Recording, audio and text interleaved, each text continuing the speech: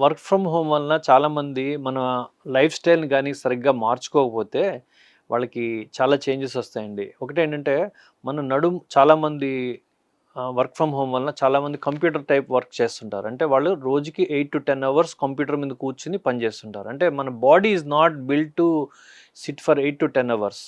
So, వాళ్ళు కంటిన్యూస్‌గా కూర్చోవడం వలన, ఫిజికల్ యాక్టివిటీ లేకపోవడం వలన, దాంతో పాటు రెగ్యులర్ స్లీప్ వేక్ సైకిల్ లేకపోయినా సరే, అంటే time of sleep Wake cycle అంటాం. అంటే మనం పడుకునేది, వేకప్‌గా ఉండేదానికి ఆ టైం మెయింటైన్ చేయాలి.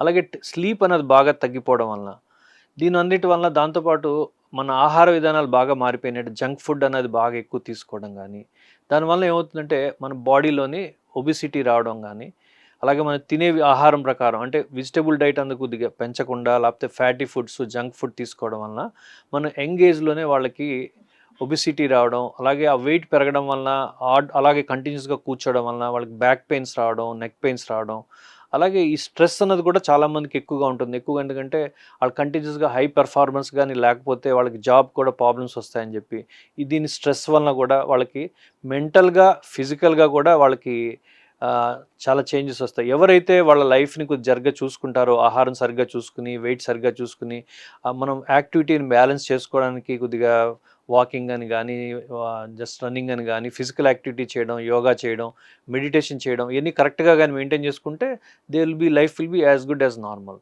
అలాగే కూర్చునేటప్పుడు చాలామంది ఏం చేస్తారంటే, మంచి చైర్ ఎర్గనామికల్‌గా కంపాటబుల్ వర్క్ స్టేషన్ అంటాం. అంటే మనం కూర్చునేటప్పుడు మన మెడకి, తలకి, నడుముకి, తలకి సపోర్ట్ బాగా ఉండాలి. దాంతో పాటు మన కంప్యూటర్ ఏదైతే ఉందో మనకు ఐ లెవెల్‌లో ఉండాలి. ఐ లెవెల్‌లో గాని ఉన్నట్టయితే మనం కంటిన్యూస్‌గా స్టూప్ అవ్వకుండా, లేకపోతే వంకరగా కూర్చోకుండా ఉండడానికి అవకాశం ఉంటది. అంటే దీన్ని 5 పాయింట్స్ సపోర్టెడ్ సిట్టింగ్, అంటే మనం కూర్చున్నప్పుడు కాళ్ళ ద్వారా సపోర్ట్ ఉండాలి, చేతుల ద్వారా సపోర్ట్ ఉండాలి, నడుముకి, మెడకి సపోర్ట్ ఉండాలి. అంటే సరిగ్గా సపోర్ట్ అయిన దానికి మంచి చైర్ గాని ఉన్నట్టయితే దానివల్ల మనం ఎక్కువ సేపు మనం కూర్చోడానికి అవకాశం ఉంటది.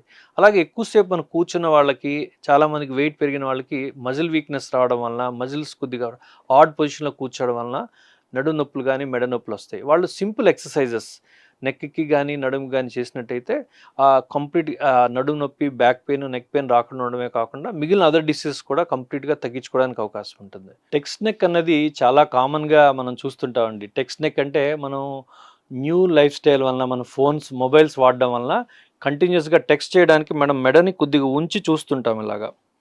అది especially younger generation, as early as మనం